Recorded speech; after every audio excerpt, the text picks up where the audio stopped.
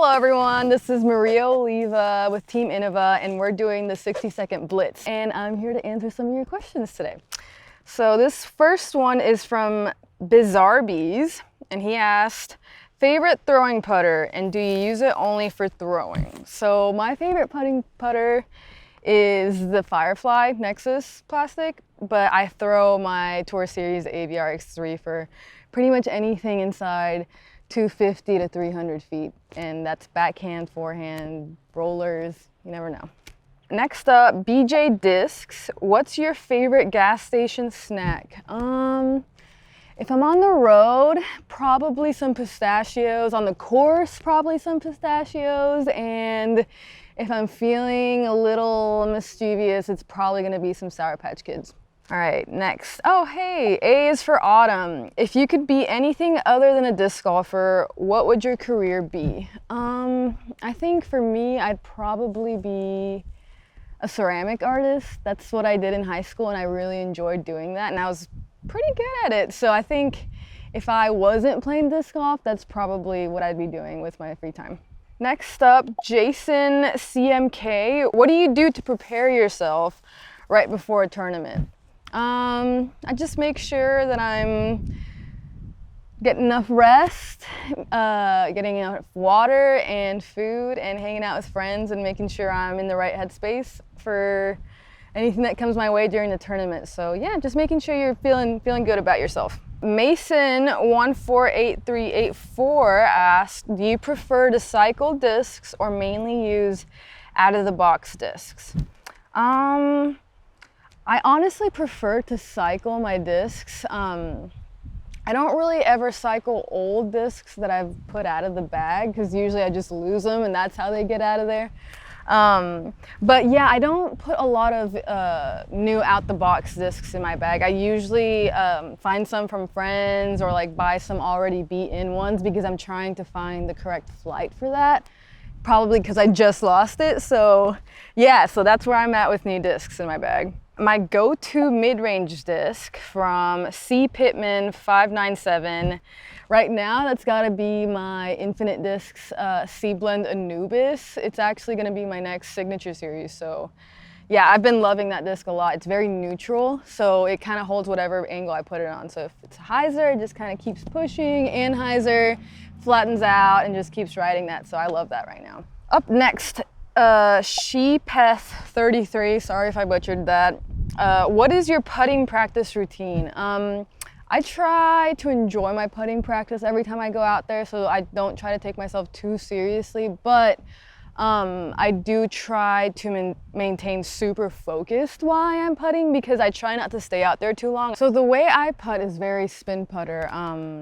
My putts aren't looking good if I don't fire my fingers and if I don't fire my wrist. And so I learned that from my dad. He's a very aggressive spin putter. He has big hands, so do I.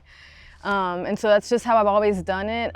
So for me to feel good on the green, I know that when I'm putting good, I slow down. And so timing's everything, right? Because if I'm nervous, I tend to speed it up and just, you know, try to get out of there as quick as I can. But when I'm putting good and everything's on, it's just nice and slow, down, up, and it's like you're painting the pole with a paintbrush, and that's how your hand should be.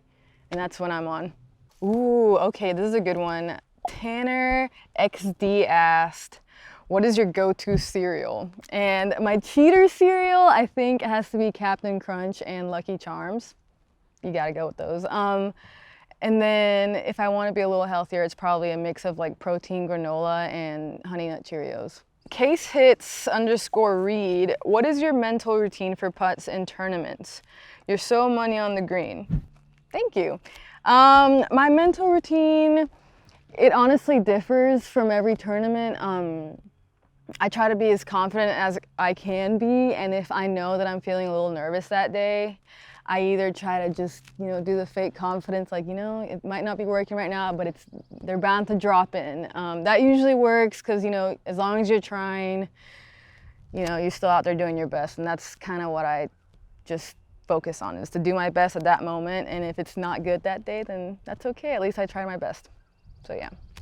Skewed View asked, what got you into disc golf and what keeps you playing in it? I started playing disc golf with my family. I really enjoyed getting to spend that time outside with my mom and dad. And something that keeps me playing is now I get to do this by myself and with new people that I meet on the course, and it's just awesome. I've met some of the best people ever playing disc golf, and I'm so excited to meet new friends down the road. Lauren McKenna _ disc golf asks, what was your favorite subject in school? Mine has always been art. I was always the artsy-fartsy kid in school, and I always liked being indoors, which is a shock because I'm always outdoors now. But yeah, I've always loved just sticking to myself and like drawing. I think my creativity with art translates into disc golf because I think some of the best players visualize their shots before they throw them, and if you can visualize really creative and interesting lines, I think your game gets a lot better and a lot more fun. Bogey Barron asked, goals for the remainder of 2022. The goals for myself this year are really simple. I'm just trying to be the best I can be on the course and off the course. A win would be nice. I'm not pressuring myself too hard though. I'm trying to enjoy my first year on tour and first year traveling the United States. So I'm taking it easy, but I'm still trying to do my best to get that win one day. J.Yum, if you could recommend one disc that everyone have in their bag, what would it be? I would have to say AVR X3 just because, you know, that's my favorite upshot disc.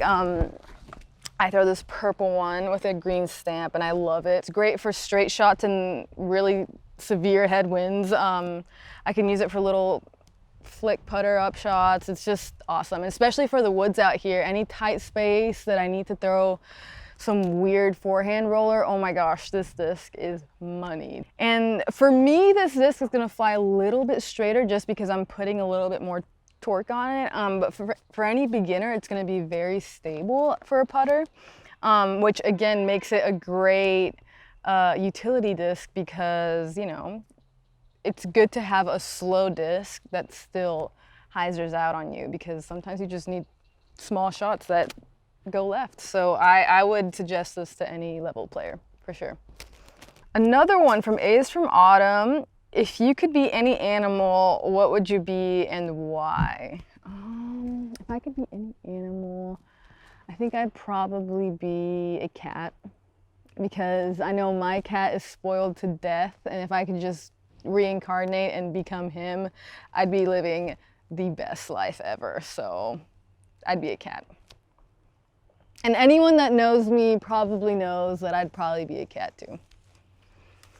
The XRNGX God asked, what's it take to make the change from rec to pro?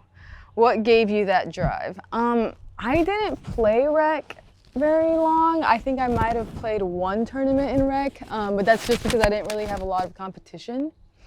But I would say now that there is a lot of people playing disc golf, I would just keep playing tournaments, and as soon as you win like a few in your division, I think that's a good sign to move up because then, you know, you're playing with more advanced players, and yeah, just keep on leveling up. That's what you got to do. Oh, this is a good question. Willie Biggs 2000, shout out some non-pro level courses in DFW.